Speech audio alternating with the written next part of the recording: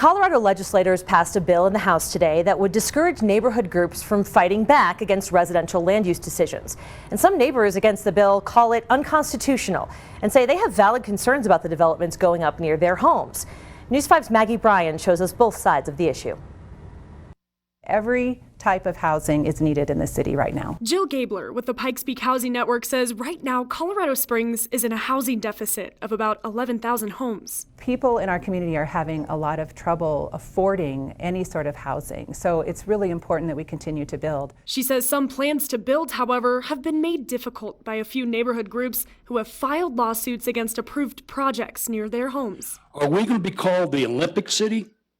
Or are we going to be called the apartment city? The only recourse for the neighbors who don't want that development is to file a lawsuit. It's called a Rule 106. A new state bill would discourage these groups from filing so-called frivolous 106 appeals by making them pay the city's attorney's fees if they lose in court. They file these lawsuits regularly just to delay needed projects, which only, of course, delays, but it increases the cost of the projects. Gabler says the cost of attorney's fees would vary on a case-by-case basis and could not give a certain range. Neighborhood groups say they plan to file more 106 appeals against projects approved this year. For example, the Ovation development, recently approved by City Council on this plot of land at Old Ranch Road in Powers. It would bring almost 300 homes to the area.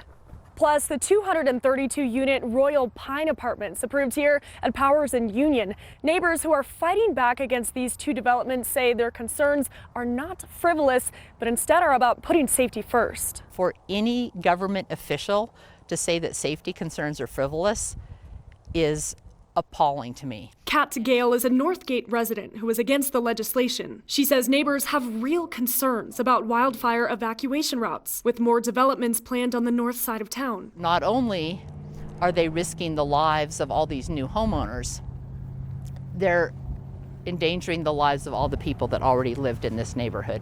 Gabler says, however, neighborhood groups are ignoring city traffic studies and the approval from the fire department. When they fight these projects, they're not agreeing with the experts. They are deciding for themselves that it's not safe. In Colorado Springs, I'm Maggie Bryan, News 5.